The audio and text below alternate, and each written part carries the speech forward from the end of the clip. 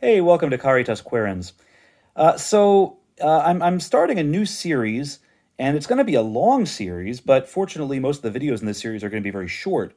And this series is basically me just reading from a text called The Plain Guide to Universalism by Thomas Whittemore. This book was published originally in 1840, so it's almost 200 years old. And this it's a really interesting book. I haven't read the whole thing myself yet, but it's a sort of like I would say a pretty comprehensive guide to universalism. In this book, Whittemore addresses who are universalists, what do they believe, and then he goes through biblical evidence for universalism. He goes through some of the biblical arguments or biblical texts that are taken as arguments against universalism and refutes those arguments.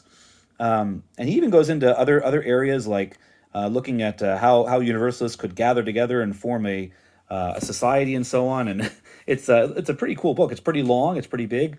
But what I'm going to focus on is the third chapter in his book, which is called "What Evidences Do Universalists Adduce from the Scriptures in Support of Their Belief in the Eventual Holiness and Happiness of All Men?" And basically, what this chapter is it's 100 sections or 100 paragraphs or 100 evidences, I guess he would call them. And in each one, he basically brings forth a passage of the Bible and shows how it supports universalism. Most of the paragraphs are fairly short, and so it's kind of neat. You have this string of 100 biblical texts, one after the other, that kind of build on each other and support each other, and each one giving support and evidence for Christian universalism. So I thought this would be kind of a nice little series. I'll be releasing a video starting today, every day for the next 100 days, I guess. Each day, one of these paragraphs, one of these evidences from Whittemore of a biblical text that supports Christian universalism. So I hope you enjoy. And if you do, I hope you maybe will check out the whole book, The Plain Guide to Universalism by Thomas Whittemore.